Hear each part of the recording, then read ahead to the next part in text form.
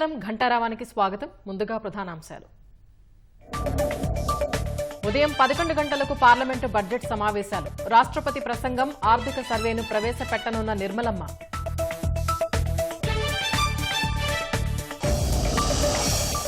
చంద్రబాబు అధ్యక్షతన మధ్యాహ్నం TDP polit bureau భేటీ. ప్రభుత్వ పథకాల్ని ప్రజల్లోకి తీసుకెళ్లే అంశంపై చర్చ.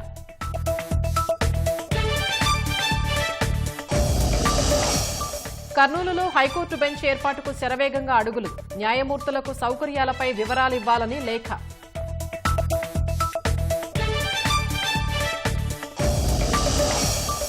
కూటమి హయాంలోనూ జగన్ బంధువుల హవా. గనుల శాఖలో మల్లికార్జునరెడ్డికి క్వార్డ్జు లీజుల పరంపర.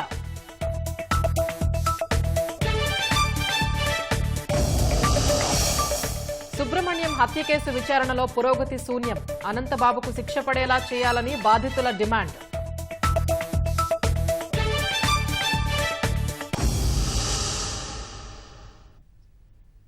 పార్లమెంటు బడ్జెట్ సమావేశాలు ఉదయం 11 గంటలకు ప్రారంభం కానున్నాయి. ఈ సమావేశాలు 2 విడతల్లో జరగనుండగా ఫిబ్రవరి 1న కేంద్ర ప్రభుత్వం బడ్జెట్ ప్రవేశపెట్టనుంది. పార్లమెంటు ఉభయ సభల్ని ఉద్దేశించి రాష్ట్రపతి ద్రౌపది ముర్ము ప్రసంగంతో ఈ సమావేశాలు మొదలు కానున్నాయి.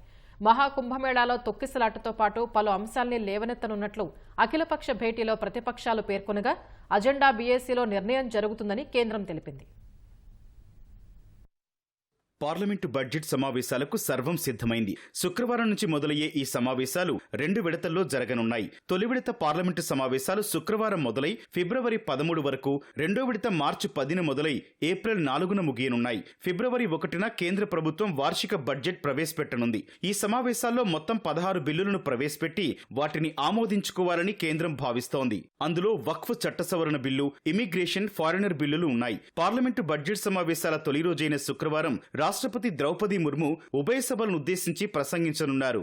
పార్లమెంటు బడ్జెట్ సమావేశాల నేపథ్యంలో కేంద్రం అఖిలపక్ష భేటీ ఏర్పాటు చేసింది. రక్షణ మంత్రి రాజ్నాథ్ అధ్యక్షతన ఈ సమావేశంలో సభ సజావుగా జరిగేందుకు విపక్షాలు సహకరించాలని ప్రభుత్వం కోరింది. మహాకుంభమేళాలో తొక్కిసలాట ఘటన, యూపీ ప్రభుత్వం భక్తుల కంటే ఎక్కువగా వీఐపీలకే ప్రాధాన్యం ఇవ్వటం వంటి అంశాలను లేవనెత్తనున్నట్లు విపక్షాలు తెలిపాయి. ఇంకా నిరుద్యోగం పెరుగుదల, రైతుల దుస్థితి తదితర అంశాలను ప్రస్తావిస్తామని కాంగ్రెస్ ఎంపీ ప్రమోద్ తివారీ తెలిపారు. కూటమి పార్టీలతో కలిసి ప్రజా సమస్యలపై సభలో గళమెత్త న్నట్లు ఆయన చెప్పారు. కచ్చాతీవు అంశాన్ని అన్నాడీఎంకే ప్రస్తావించింది. ఒడిశాకు ప్రత్యేక హోదా ఇవ్వాలని డిమాండ్ను లేవనెత్తనున్నట్లు బీజేడీ ఎంపీ సస్మిత్ పాత్ర చెప్పారు. వక్ఫ్ చట్ట సవరణ బిల్లుపై జేపీసీ నివేదికను వ్యతిరేకిస్తున్నట్లు పలు పార్టీల నేతలు తెలిపారు.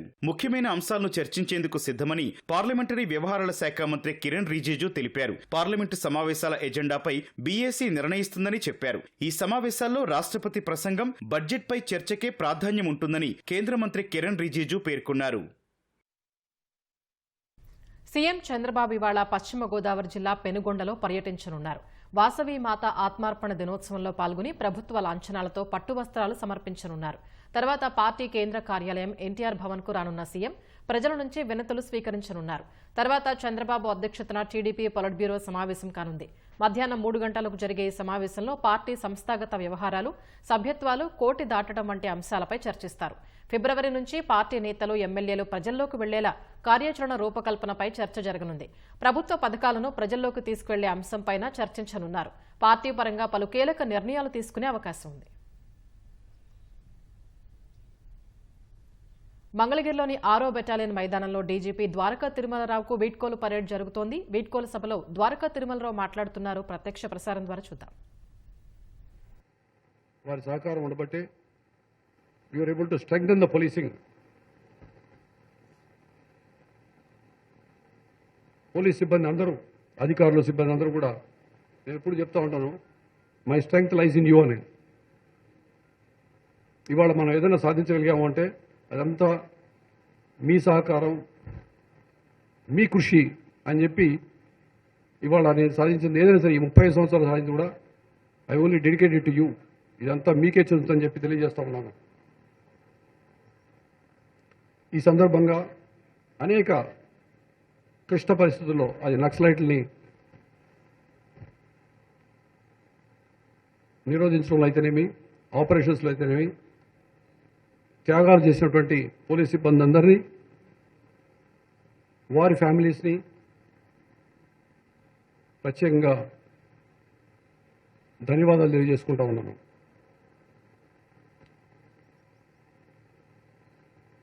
నేను ఒకసారి ప్రోగ్రాంలో కలిసినప్పుడు ఒక సీనియర్ అధికారి వాజ్ సెల్లింగ్ మై వైఫ్, అమ్మా నువ్వు చాలా థ్యాంక్స్ అమ్మా నీకు అన్నారు. నాకేంటి సార్ అని చెప్పారు.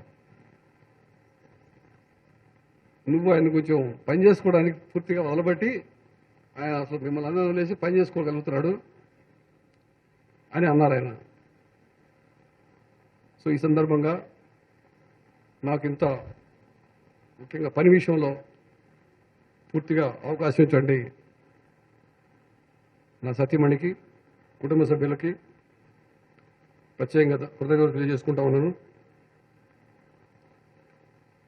అనేక హార్డ్షిప్స్ ఉంటాయి, ఇబ్బందులు ఉంటాయి, అయినప్పటికీ సంకోచం లేకుండా వాళ్ళు సపోర్ట్ చేశారు. ఈరోజు as I start a new phase of life beyond uniform, I do carry lot of memories, lessons, friendships, which I'll always cherish.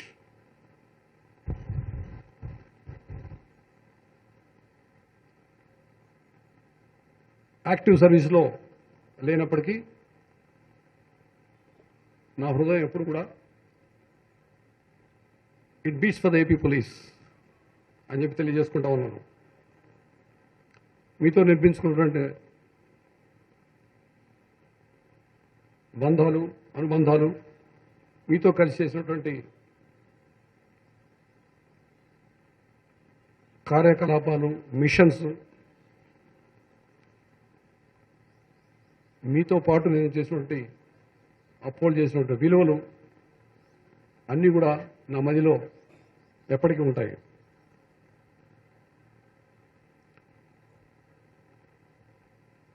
As I leave the service today, as I bid farewell to all of you, నాకు మనసులో చాలా నమ్మకం ఉంది. I'm very confident that AP Police, under leadership of Sri Harish Kumar Gupta, will continue to excel, evolve, and it will remain one of the best forces in the country. ప్రజలకి న్యాయం చేకూర్చడంలోనూ, భద్రత కల్పించడంలోనూ, నేరాలు నిరోధించడంలోనూ, detect చేయడంలోనూ ఖచ్చితంగా AP police ఎప్పటికీ ఉన్నటువంటి మంచి పేరుని, పూర్వ వైభవాన్ని పొందుతుంది హరీష్ కుమార్ గుప్తా గారి నాయకత్వంలోని నా నమ్మకం.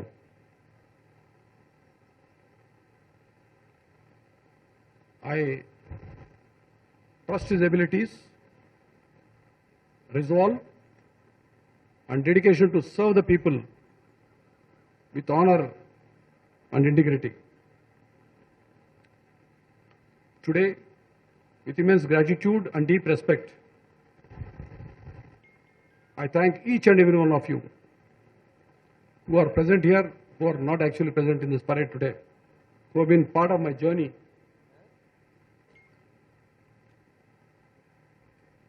ఈ జర్నీ ఇంత చక్కగా సాగడానికి వెనక్కి తిరిగి చూసుకుంటే ఎంతో సంతృప్తికరంగా ఉండేటువంటి ఈ ప్రయాణంలో భాగస్వాములైనటువంటి అందరినీ, నాకన్నా పెద్దవారిని, నా సహచరుల్ని, నా జూనియర్స్ని అందరినీ కూడా ప్రత్యేకంగా అభినందిస్తూ ఉన్నాను. వారందరికీ కృతజ్ఞతలు తెలియజేసుకుంటా ఉన్నాను. ఏపీ పోలీస్ని, ఏపీ ప్రజలకి సేవ చేసేటువంటి మంచి చక్కని అవకాశం వచ్చినందుకు ఇది నా పూర్వజన్మ సుకృతంగా భావిస్తాను. Only once I have done a job other than police, that is IPS RTC. అక్కడ కూడాను చాలా ఎక్కువగా ఉన్నట్టు 50,000 పైగా ఉన్నట్టు రెగ్యులర్ సిబ్బంది, కాంట్రాక్ట్ ఎంప్లాయీస్లు 8,000 ఉంటారు. అందరూ అంత పెద్ద సిబ్బంది ఉన్నటువంటి ఫోర్స్ కూడాను చక్కని సహకారం ఇచ్చినందుకు ఏపీఎస్ఆర్టీసీ అధికారులు సిబ్బంది వారికి కూడా కృతజ్ఞతలు తెలియజేస్తూ ఉన్నాను. As I take leave of you today, I thank each and every one of you once again for your commitment, for the hard work that you have put in, and you have never questioned when we said certain things which are right as per law. చేసినందుకు మీ అందరికీ ప్రత్యేకంగా కృతజ్ఞతలు తెలియజేసుకుంటూ మీ అందరి దగ్గర సెలవు తీసుకుంటాను. జై హింద్. తమ అమూల్యమైన సందేశం అందించిన రాష్ట్ర పోలీస్ సర్వోన్నత అధికారి గౌరవనీయులు శ్రీ కర్నూలులో హైకోర్టు బెంచ్ ఏర్పాటు దిశగా మరో ముందడుగు పడింది.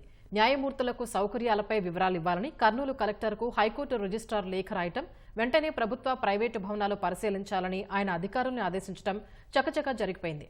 ప్రభుత్వ ఖాళీ భూముల్ని గుర్తించాలని ఆర్డీఓకు కలెక్టర్ సూచించగా పలు భవనాల్ని పరిశీలించి నివేదిక ఇచ్చినట్లు తెలిసింది. కర్నూలులో శాశ్వత హైకోర్టు బెంచ్ ఏర్పాటు దిశగా కీలక పరిణామం చోటు చేసుకుంది. మొత్తం 15 మంది న్యాయమూర్తులకు సరిపడా సౌకర్యాలకు సంబంధించి పూర్తి వివరాలు సమర్పించాలని high court registrar vigilance Srinivasa Sivaram ఈ నెల 29న కర్నూలు జిల్లా కలెక్టర్ రంజిత్ బాషాకు లేఖ రాశారు. 15 మంది న్యాయమూర్తులకు సరిపడా మౌలిక సదుపాయాలు, కోర్టు కాంప్లెక్స్, కోర్టు గదులు, సిబ్బంది గదులు, న్యాయవాదులకు వసతి, న్యాయమూర్తులు, కోర్టు సిబ్బందికి నివాస వసతి సౌకర్యాలకు సంబంధించిన పూర్తి సమాచారాన్ని ఒక్క రోజులోనే తమ ముందు ఉంచాలని విజ్ఞప్తి చేశారు. ఈ వ్యవహారాన్ని అత్యవసరంగా భావించాలని కలెక్టర్కు రాసిన లేఖలో పేర్కొన్నారు. ఈ వివరాల్ని హైకోర్టు న్యాయమూర్తుల కమిటీ ముందు ఉంచాల్సిన బాధ్యత తనపై ఉందన్నారు. ఈ లేఖపై స్పందించిన కర్నూలు కలెక్టర్ రంజిత్ బాషా కర్నూలు రహదారులు, భవనాల శాఖ superintendent engineer, Kurnool municipal corporation commissioner, ఆర్డీఓకు లేఖ రాశారు. హైకోర్టు కోరిన సౌకర్యాలతో ప్రభుత్వ లేదా ప్రైవేటు భవనాలు ఉన్నాయా లేదా అనే విషయాన్ని పరిశీలించి నివేదిక ఇవ్వాలని కోరారు. ప్రభుత్వ ఖాళీ భూముల్ని గుర్తించి నివేదిక ఇవ్వాలని ఆర్డీఓకు స్పష్టం చేశారు. వెంటనే ఉన్నతాధికారులు కర్నూలులో హైకోర్టు బెంచ్ ఏర్పాటుకు న్యాయమూర్తులు, అధికారులు, సిబ్బంది వసతికి అవసరమైన భవనాల కోసం విస్తృతంగా పరిశీలించారు. కర్నూలు నగర శివారులోని దిన్నె దేవరపాడులో విద్యుత్ నియంత్రణ మండలి నూతన భవనాన్ని సుమారు 25 కోట్లతో గతేడాది అధికారులు అత్యాధునికంగా నిర్మించారు. ఇందులో హైకోర్టు అవసరాలకు ఉపయోగపడే 4 విశాలమైన హాళ్లు, ప్రత్యేక గదులు అందుబాటులో ఉన్నాయి. ఈ భవనానికి అనుబంధంగా ఉన్న అతిథి గృహం, అందులోని 4 సూట్ రూమ్లను వినియోగించుకోవచ్చు. అయితే ఇక్కడ 15 మంది న్యాయమూర్తులకు సరిపడా సౌకర్యాలు లేవు. బి తాండ్రపాడులోని ఓ ప్రైవేటు ఇంజనీరింగ్ కళాశాల ప్రాంగణం, సిల్వర్ జూబ్లీ కళాశాల ప్రాంగణంలోని క్లస్టర్ విశ్వవిద్యాలయ పరిపాలనా భవనంలో ఖాళీగా ఉన్న 50 గదుల్ని అధికారులు పరిశీలించారు. మునగాలపాడులో బాలసాయిబాబా ట్రస్టు పరిధిలో ఓ సువిశాల పాఠశాల భవనం అందుబాటులో ఉంది. వీటన్నింటికీ సంబంధించి అధికారులు ప్రాథమిక ప్రతిపాదనలు పంపినట్లు సమాచారం. కర్నూలులో హైకోర్టు బెంచ్ కోసం కేబినెట్ ఇప్పటికే తీర్మానం చేసింది. తరువాత అసెంబ్లీలోనూ తీర్మానం ఆమోదించారు.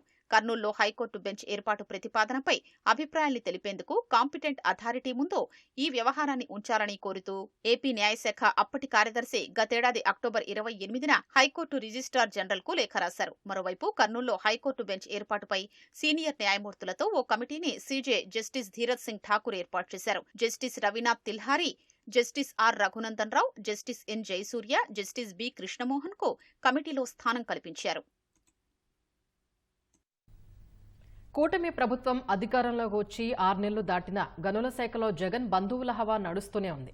జగన్ కు చిన్నాన్న వరుసయ్యే మల్లికార్జున్ రెడ్డి పరివారానికి గనుల శాఖ వరుస పెట్టి 3 క్వార్జ్ లీజులు మంజూరు చేయటం విస్తుగొల్పుతోంది. మరో లీజు కట్టబెట్టేందుకు రంగం సిద్ధం చేసింది. వైసీపీ హయాంలో ఆర్టీసీ చైర్మన్ గా వ్యవహరించిన అబ్బిరెడ్డి గారి మల్లికార్జున్ రెడ్డి జగన్ కు వరుసకు చిన్నాన్నవుతారు. అప్పట్లో అధికార మండతో ఈ వేళల్లో ఎవ్వరినీ పాల్గొనీయకుండా చేసి భార్యతో పాటు బినామీలుగా ఉన్న 2 పిఏల పేరిట గనుల లీజులు కొట్టేశారని ఆరోపణలు ఉన్నాయి. కూటమి ప్రభుత్వం అధికారంలోకొచ్చాక అవన్నీ సరిదిద్దుతారు అనుకుంటే గనుల శాఖ వరుస పెట్టి లీజులు మంజూరు చేయడం చర్చనీయాంశమైంది. అన్నమయ్య జిల్లా పెద్దమండ్యం మండలం ముసలికుంటలో క్వాడ్జ్ లీజుల కోసం గనుల శాఖ 2023 ఏప్రిల్ 13న 2 వేర్వేరు ఈ టెండర్లు పిలిచింది. 2.9 హెక్టార్లు quartz lease tender Mallikarjun Reddy భార్య సువర్ణ యజమానిగా ఉన్న Sri Sai mines and minerals కు, 1.96 హెక్టార్ల క్వాడ్జ్ లీజు మల్లికార్జున్ రెడ్డికి కడప పిఏగా వ్యవహరించే చల్లా వెంకట సుబ్బారెడ్డికి దక్కినట్లు 2023 మే 11న గనుల శాఖ చూపించింది.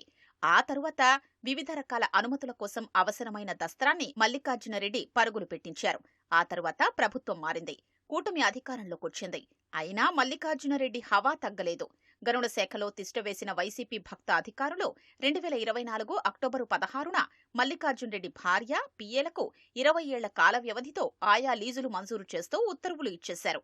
ఇక శ్రీ సత్యసాయి జిల్లా పెడబల్లిలోని సర్వే నంబర్ 827లో 4.95 హెక్టార్ల విస్తీర్ణం చొప్పున 2 క్వాడ్జ్ లీజులకు 2023 జూన్లో ఈ టెండర్లు పిలిచారు. 5 హెక్టార్ల కంటే ఎక్కువ విస్తీర్ణం ఉన్న లీజైతే ప్రజాభిప్రాయ సేకరణ జరపాల్సి ఉంటుంది. అందుకే తెలివిగా 4.95 హెక్టార్ల చొప్పున 2 లీజులుగా విభజించి టెండర్లు పిలిచారు. అందులో ఒకటి మల్లికార్జునరెడ్డి భార్య సువర్ణ యజమానిగా ఉన్న Sri Sai mines and minerals కు, మరొకటి మల్లికార్జునరెడ్డి ఇంకో పిఏ నేలటూరి శివానందరెడ్డికి ఈ వేలంలో దక్కినట్లు 2023 జూలైలో చూపారు. కూటమి ప్రభుత్వం అధికారంలోకి వచ్చాక శివానందరెడ్డికి ఇటీవలే లీజు మంజూరు చేస్తూ ఉత్తర్వులు ఇచ్చినట్లు తెలుస్తోంది. మల్లికార్జునరెడ్డి భార్య సువర్ణకు చెందిన Sri Sai mines and minerals కు ఈ నెల 4న పర్యావరణ మదింపు అనుమతులు వచ్చాయి. అంటే అతి త్వరలో ఆ లీజు మంజూరుకు రంగం సిద్ధం చేశారు. వైసీపీ పెద్దలు, ముఖ్య నేతలకు కావలసిన వారికి గనుల లీజులు కట్టబెట్టడంలో నాటి గనుల శాఖ డైరెక్టర్ వెంకట్రెడ్డి కుట్రపూరితంగా వ్యవహరించారనే ఆరోపణలు ఉన్నాయి. ఓ లీజును ఎవరికి కేటాయించాలో ముందే నిర్ణయించుకుని ఆ టెండర్లు వాళ్లకే దక్కేలా కథ నడిపేవారు. ఎవరైనా పోటీగా బిడ్ వేస్తే టెండర్లే రద్దు చేసేవారు. అప్పటి గనుల లీజుల వ్యవహారాలపై విచారణ జరిపిస్తే లోగుట్టంతా బయటపడుతుందనే అభిప్రాయాలు వ్యక్తమవుతున్నాయి. విశాఖ స్టీల్ ప్లాంట్ పరిరక్షణ విషయంలో సీఎం చంద్రబాబు ఇచ్చిన మాట నిలబెట్టుకున్నారని విజయనగరం ఎంపీ కలిశెట్టి అప్పలనాయుడు అన్నారు. కేంద్ర ఉక్కు మంత్రి కుమారస్వామి స్టీల్ ప్లాంట్ను సందర్శించి ఉద్యోగ సంఘాలతో మాట్లాడిన తర్వాత చాలా అంశాలపై స్పష్టత వచ్చిందన్నారు. ఆ రోజు చంద్రబాబు నాయుడు గారు ఎన్డీఏ కూటమి ఎలక్షన్ బిఫోర్ ఏ మాట ఇచ్చారో ఆ మాట ప్రకారంగా ఈరోజు steel plant Visakhapatnam steel plant 10 సార్లు ఎంపీలుగా మమ్మల్ని కూడా తీసుకెళ్లి ప్రధానమంత్రి దగ్గరికి వెళ్ళి, ఆర్థిక మంత్రి దగ్గరికి వెళ్ళి, అలాగే కన్సల్ట్ మినిస్టర్ దగ్గరికి వెళ్ళి ఈరోజు రిప్రజెంటేషన్ ఇవ్వడం, ఇక్కడ ఉన్న మనోభావాలు చెప్పడం, అలాగే యువ నాయకులు నారా లోకేష్ గారు వారు వచ్చి ఢిల్లీ వస్తూ వారు చెప్పడం జరిగింది. చంద్రబాబు నాయుడు గారు చెప్పారు ఒక మాట, 100% స్టీల్ ప్లాంట్ కాపాడుకుంటాం. ఏ మాట అయితే ఆయన కాన్ఫిడెంట్గా చెప్పాడో ఈరోజు కేంద్ర సహాయం వచ్చింది. అందుకు ఈ ఉత్తరాంధ్ర ప్రజల తరపున, తెలుగు ప్రజల తరపున చంద్రబాబు నాయుడు గారు కూడా ప్రత్యేకంగా కృతజ్ఞతలు తెలియజేసుకుంటున్నాం. పోలవరం ప్రాజెక్టులో కొత్త డయాఫ్రమ్ వాల్ నిర్మాణానికి పాలనానుమతి ఇస్తూ ప్రభుత్వం ఉత్తర్వులు జారీ చేసింది. ఎర్తికం రాక్ఫిల్ డ్యామ్ గ్యాప్ 2 వరకు మొత్తానికి కొత్త డయాఫ్రమ్ వాల్ నిర్మాణానికి అనుమతి ఇచ్చింది. దీనికి 990 కోట్ల రూపాయల వ్యయమవుతుందని పేర్కొంటూ ఉత్తర్వులు జారీ చేసింది. సంబంధిత మొత్తం కేంద్ర ప్రభుత్వం సవరించిన అంచనాల్లో భాగంగా చెల్లిస్తుందని జలవనరుల శాఖ పేర్కొంది. జగన్ నిర్వాకం వల్ల అదనంగా 596 కోట్ల భారం పడుతోంది. ధ్వంసమైన డయాఫ్రమ్ వాల్ మరమ్మతులకు జగన్ ప్రభుత్వంలో 393.32 కోట్ల అంచనా వ్యయంతో నిర్మాణ పనులకు టెండర్లు పిలిచారు. 29,585 చదరపు మీటర్ల మేర డయాఫ్రమ్ వాల్ పనిచేయాలని నాడు నిర్ణయించారు. టెండర్లు పిలిచి మేఘా ఇంజనీరింగ్ కంపెనీకి పనులు అప్పగించారు. విదేశీ నిపుణులు, కేంద్ర జలశక్తి, కేంద్ర జలసంఘం పరిశీలన అధ్యయనాల తర్వాత కొత్త డయాఫ్రమ్ వాల్ నిర్మాణానికి నిర్ణయం తీసుకున్నారు. ఇందుకు అనుగుణంగా పాత గుత్తేదారుకు అప్పటి ధరలకే పని అప్పగించారు. అదనపు పని పరిమాణానికి అదనపు ధరలు ఇచ్చేలా ప్రభుత్వం ఉత్తర్వులు ఇచ్చింది. కొత్త డయాఫ్రమ్ వాల్కు 63,650 చదరపు మీటర్ల మేర పని చేయాల్సి ఉంటుంది. అసలు టెండర్ నిబంధనల ప్రకారమే అదనపు ధరలు ఇవ్వాలని ఇందులో నిబంధన విధించారు. పోలవరం సవరించిన అంచనాల్లో ఈ మొత్తాలు ప్రతిపాదించి కేంద్రం నుంచి నిధులు పొందాలని ఉత్తర్వుల్లో పేర్కొన్నారు. ముస్లిం మైనార్టీల పక్షపాతి అని చెప్పుకునే జగన్ గత 5 ఏళ్లు ఆయన సొంత జిల్లాలోని హజ్ హౌస్ ను గాలికి వదిలేశారని ప్రభుత్వ సలహాదారు ఎస్ఎండి షరీఫ్ ధ్వజమెత్తారు. వైఎస్ఆర్ జిల్లా చెన్నూరు మండలంలోని హజ్ హౌస్ ను ఆయన పరిశీలించారు. పవిత్రమైన హజ్ హౌస్ అసాంఘిక కార్యక్రమాలకు అడ్డాగా మారిందని ఆవేదన వ్యక్తం చేశారు. చంద్రబాబు హయాంలో నిర్మించారన్న ఏకైక కారణంతోనే హజ్ హౌస్ ను జగన్ గాలికి వదిలేశారని మండిపడ్డారు. తక్షణం హజ్ హౌస్ ఉపయోగంలోకి తీసుకుని వచ్చే విధంగా సీఎం చంద్రబాబుతో మాట్లాడతానన్నారు. హజ్ హౌస్ పై అంతస్తుల భవనాల్లో స్కిల్ డెవలప్మెంట్ సెంటర్లు ఏర్పాటు చేసి ఉపాధి కల్పించే విధంగా చర్యలు చేపడతామన్నారు.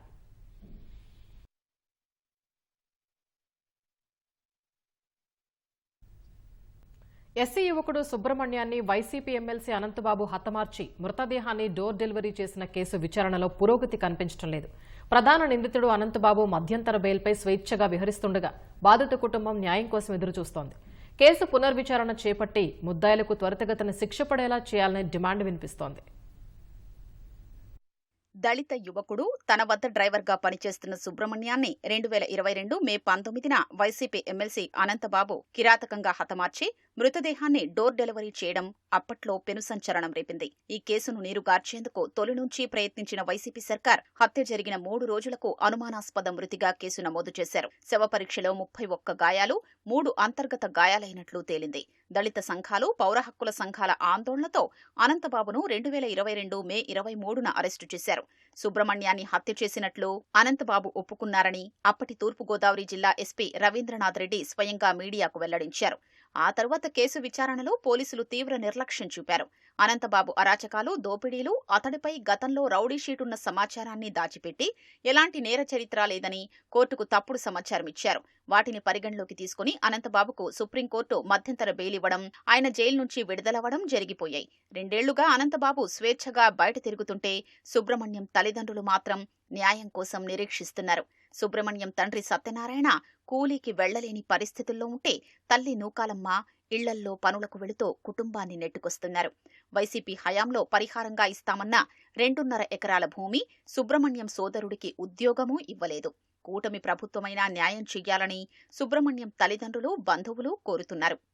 మాకు చట్ట ప్రకారంగా రావాలని ఏమీ రాలేదండి. ఇంకానండి అప్పుడు భూమి ఇస్తున్నారండి, కుర్రోడికి ఉద్యోగం ఇస్తున్నారండి, ఇల్లు కట్టిస్తున్నారండి, పెన్షన్ రాశారు 5,000 అండి మా ఆవిడకండి. 2023 ఆగస్టు నెల కంచి వైసీపీ ప్రభుత్వం గవర్నమెంట్ ఉండకండి ఆపేశారండి. అప్పటి నుంచి ఇప్పటికి ఇంకా పెన్షన్ రావట్లేదండి. ఇప్పుడు ప్రభుత్వం మారిందండి. మరి తెలుగుదేశం పార్టీ వచ్చింది. చంద్రబాబు నాయుడు గారు మాకు న్యాయం చేస్తానని మాట ఇచ్చారండి. తక్షణమే మమ్మల్ని గత పట్టించుకుని మాకు ఆరోగ్యంగా ఉండదండి. మాకు తింటాకి గట్రా ఏమీ లేదండి.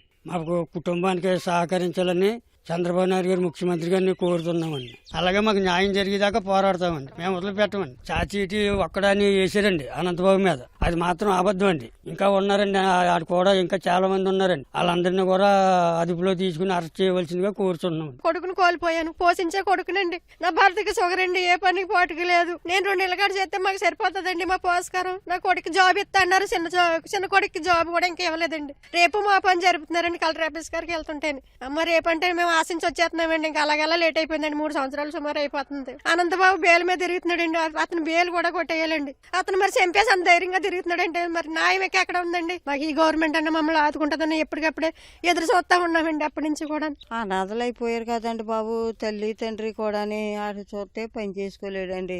4 ఏళ్ల కాడ పని చేసుకుంటే ఆధార్ వెళ్ళినట్టు లేకపోతే లేనట్టునండి. ఆ చంద్రబాబు నాయుడు గారే చూసుకోవాలండి. ఏదో ఆస్కారం చెప్పుకుంటే ఆయన పేరు చెప్పుకుని బతుకుతారండి. ఇప్పుడు ఆ పిల్లకి 5 ఏళ్ళు పెన్షన్ అనేది చేశారండి. అది కూడా రాలేదండి పాపం. ఎట్టుని పుచ్చిమండి. వీళ్ళు తింటా కాగదు ఉండ కొడుకుని ఎలాగా పోగొట్టేసుకుంది కదండి. పెద్ద కొడుకుని ఆడి కొడుకులో పెట్టేసుకున్నాడండి. పింఛను వస్తుంది అన్నారని పింఛను కూడా రాలేదండి. పాటోళ్ళే లేరు కదండి, ఏ ఆధారం లేదండి. అతనికి అలా కూకుని ఉంటాడండి. ఆవిడేమో ఇళ్లలో అలా చేసుకుంటా ఆ పోషకారం మీద అలా చేస్తుందండి. ఆ ముసలాబుని అలా పోషించుకోవాలంటే ఈ రోజుల్లో కష్టపడినా గట్టికి దారి వెళ్తలేదండి. మరి ప్రముఖ న్యాయవాది, పౌర హక్కుల సంఘం రాష్ట్ర అధ్యక్షుడు ముప్పాళ్ల సుబ్బారావు బాధిత కుటుంబానికి అండగా న్యాయ పోరాటం చేస్తున్నారు. బుధవారం సీఎం చంద్రబాబును కలిసి ఇదే విషయాన్ని విన్నవించారు. వైసీపీ పాలకులు నీరుగార్చిన కేసును పునర్విచారణ చెయ్యాలని కోరుతున్నారు. ఆనాటి విచారణాధికారులు గాని, ఆనాటి ఎస్పీ గాని పూర్తిగా అధికార పార్టీకి దాసోహం అయిపోయి కేసును ప్రక్కదోవ పట్టించడానికి గాయాలు కనపడుతుంటే అనుమానాస్పద మృతి అని చెప్పేసి కేసు నమోదు చేయటం, తర్వాత 3 రోజుల తర్వాత దాన్ని మార్పు చేసి మర్డర్ కేసు కింద నమోదు చేయటం, ఒక్కడే ముద్దాయి అని చెప్పేసి ఛార్జ్షీట్ కోర్టులో దాఖలు చేయటం. ఎఫ్ఐఆర్లో వాళ్ళు రాసింది ఏంటంటే అనంతబాబు అండ్ అదర్స్ అని రాశారు. కానీ ఛార్జ్షీట్కి వచ్చేటప్పటికి అది పోయింది. దీంట్లో ఇంకా చాలా మంది ముద్దాయిలు ఉన్నారు. ఆ ముద్దాయిలను గుర్తించాలి. అతని మీద నేర చరిత్ర లేదు అని చెప్పేసి న్యాయస్థానానికి తప్పుడు సమాచారం ఇవ్వటం, తర్వాత మేము సమాచార చట్ట ప్రకారం పెట్టేసి ఆయనకి గతంలో రౌడీ షీట్ ఉంది, జగన్మోహన్ రెడ్డి గారు ఎత్తేసారని చెప్పటం, ఇవన్నీ పెట్టిన తర్వాత మేము బాధితుల తరఫున పోలీసు వాళ్ళు కూడా నిజమైన అంగీకరించడం, ఇన్ని లోపాలతో కూడినటువంటి అంశాలు దాంట్లో ఉన్నాయి. కాబట్టి ఈ కేసుని తిరిగి పునఃవిచారణ జరపాలి. రాష్ట్ర ముఖ్యమంత్రి వర్యులను కూడా కలిసి అనంతబాబు కేసులో ఉన్న పూర్తి సమాచారం మొదటి నుంచి చివరి వరకు ఏ విధంగా లోపాలు జరిగినాయి, ఇప్పుడు విచిత్రమైన ఏ విధంగా వేధిస్తున్నారు బాధిత కుటుంబాన్ని కూడా స్పష్టంగా చెప్పాం. దీని మీద డెఫినెట్ గా పరిశీలించేసి తగు చర్యలు తీసుకుంటామని హామీ ఇచ్చారు. అనంతబాబు నేర చరిత్రను పరిగణలోకి తీసుకుని త్వరితగతిన శిక్ష పడేలా చూడాలని పోలీసుల్ని ముప్పాళ్ల సుబ్బారావు కోరుతున్నారు. కుమార్తె కనిపించడం లేదని వారం రోజుల కిందట పోలీసులకు ఫిర్యాదు చేసినా పట్టించుకోవటం లేదంటూ యువతి తల్లిదండ్రులు అనంతపురం 1 టౌన్ పోలీస్ స్టేషన్ ఎదుట ఆందోళన చేపట్టారు. గిరిబాబు, గాయత్రి దంపతుల కుమార్తె జోష్న విశాఖలోని ఓ కళాశాలలో బీటెక్ సెకండ్ ఇయర్ చదువుతోంది. సంక్రాంతి సెలవులకు అనంతపురం వచ్చిన యువతి మరుసటి రోజు నుంచి కనిపించకుండా పోయింది. దీంతో యువతి తల్లిదండ్రులు పోలీసుల్ని ఆశ్రయించారు. తమ కుమార్తె ఆచూకీ తెలపాలని ఎన్నిసార్లు మొరపెట్టుకున్నా పోలీసుల నుంచి సరైన సమాధానం రాకపోవడంతో ఠాణా ఎదుటే నిరసనకు దిగారు. న్యాయం చేయాలంటూ యువతి తండ్రి గోడకు తలబాదుకొని ఆవేదన వ్యక్తం చేశారు. పోలీసులు సర్ది చెప్పడంతో ఆందోళన విరమించారు.